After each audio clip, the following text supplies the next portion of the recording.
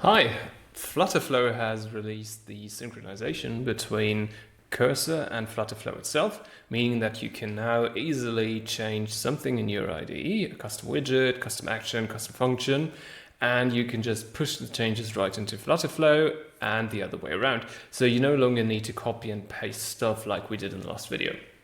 Today, I want to show you how that's made things easier to iterate and easier to split up the front-end work and the sort of heavy lifting with some code in the back and to make testing easier. In the first part, we'll look into how we set up this FlutterFlow in your Visual Studio Code or Cursor. In my case, I'm using Cursor. And in the second part, we'll look at a practical example of how we can use Cursor and how we can easily get it back in and back down and do a bit of testing. So yes, I hope this helped. Okay, so here we are. It's the same project we used in the last video. In the last video, we also looked at Cursor and how you can use it together with FlutterFlow. We can continue straight from it. So what do you need to do to use the push and pull functionality between FlutterFlow and Cursor? Or what do we actually mean by this? It means that you can, instead of going through the copy and paste motion we did the last time, you can synchronize whatever you have in here, your custom functions, and your pub spec YAML, which is now actually visible in FlutterFlow as well with the newest update. And you can sync that with your local IDE. When you start up Cursor, you can use this, you'll have a blank screen and you use this button up here, you toggle primary sidebar and you go to the marketplace and search for FlutterFlow. And there you will find FlutterFlow Custom Code Editor and you want to install it. Then you want to give it your API key, your FlutterFlow API key, so it has the ability to pull and push the code. You want to put this in here under settings at the very bottom. I'm not going to open this now because otherwise you will see my private API key. But the way you get this API key is you go into FlutterFlow and you go to your projects, and then you just press this down here, and you've got your API token down here, and you copy it and paste it into Cursor. Now, back into the project we had, and what you want to do is you want to press Command-Shift-P, and you want to say download code. This will download the code from FlutterFlow, your FlutterFlow project. You will add your FlutterFlow project ID. Again, you go in here and you simply copy this, paste it in here, press enter. You can leave this blank if you are on the main branch, which we are in this case. And now it'll ask you where to save the project. And I've got a folder over here and I'm going to use Cursor Video again and select this as a download location. And now it just takes a bit of time and downloads it. In this case, it was really fast because there's really not much there. Next thing we want to do is press Command-Shift-P again and say Start Code Editing Session. Now you see it's getting all the packages. Let's get rid of the fixes for now. You can use the fixes because FlutterFlow in Cursor will only push the custom functions, actions, widgets you put in. It will not push anything else you've done in here except for the pub spec YAML. Okay, so we got all this, and now where do we find our custom code? You go into the library and then you see a custom code over here, and we have the custom code actions. We've got a new custom action. There's nothing in there, so let's check out what this is about. This is the new custom action we once created in the last video, so nothing in there. And we've got our custom function, but you won't be able to find it in here, but you'll have to go to FlutterFlow. And then you have custom functions over here. And the difference is you have all the custom functions underneath each other. So if you create another one, it'll just appear in here. And we can just do this for the sake of showing it. So let's create a custom function and let's call it demo function. And let's see if we can already save it. No, so we just say return hello world. Okay. And this is a string, it's nullable, save function, here we are.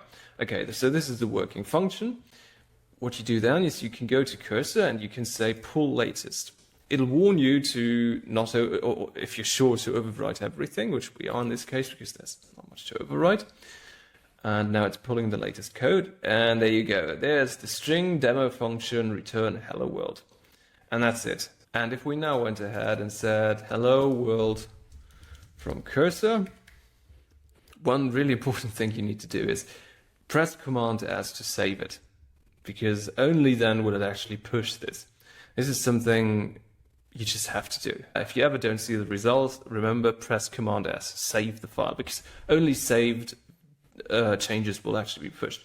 So now it's synced with FlutterFlow, and if we discard the current changes and go back in, here we go, hello world from Cursor.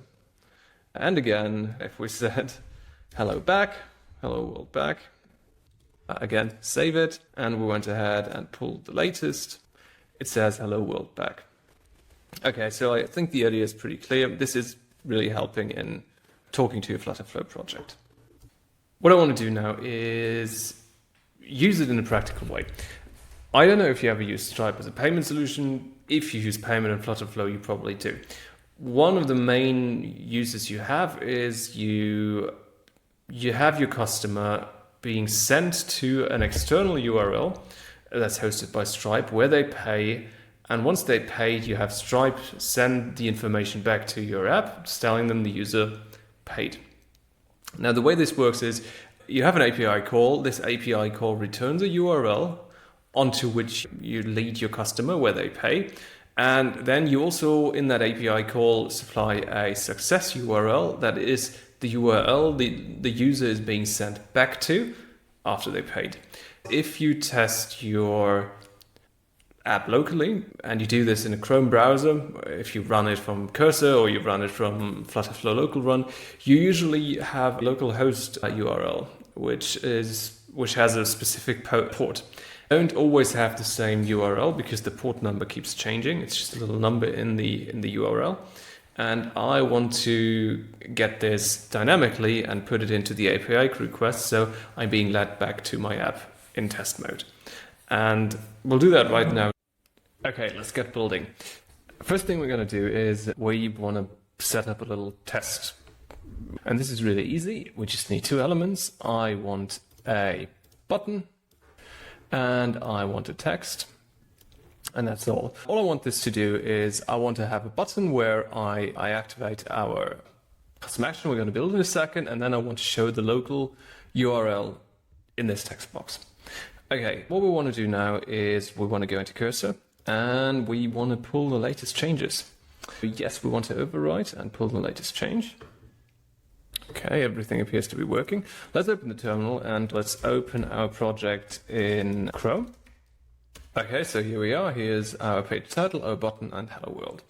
Let's write that custom action. Now, what we're going to do is we're going to click on actions because we want to create it in there. I'm going to press new file and say get local url.dart.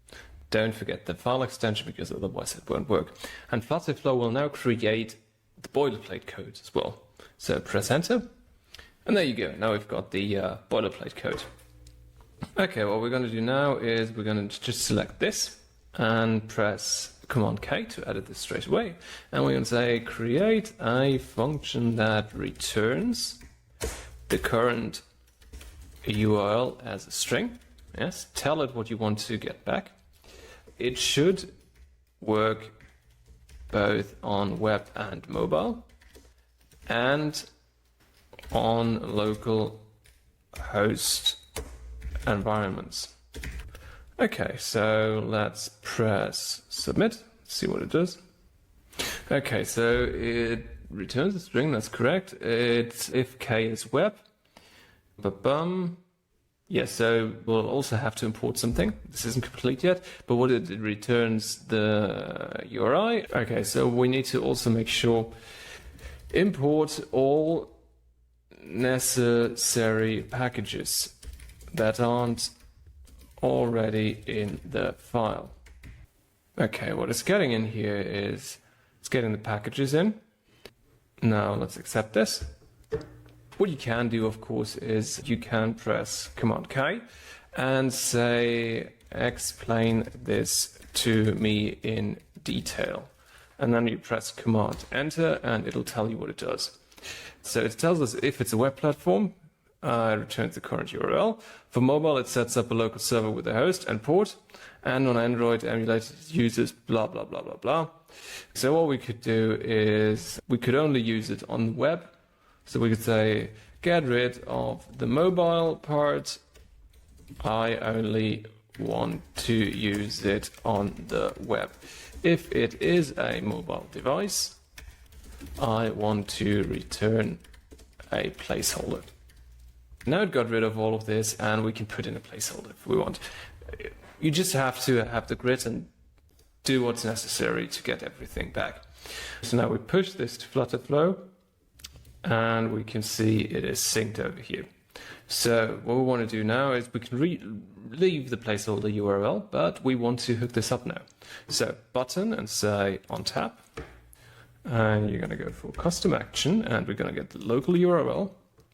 And we need to give this a name so we can use it for the text. Call it local URL. We close it and we say this shows the action output, that is the local URL. Give it a default variable, no URL, if it hasn't been activated yet.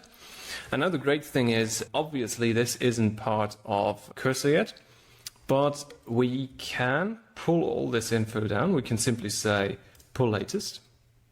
And now that it's done this, we can simply press R to perform the hot start for our local Chrome, and you'll see it's updated. And what we want to get back is this up there. And we press the button, and there we go. We've got the local host 51734.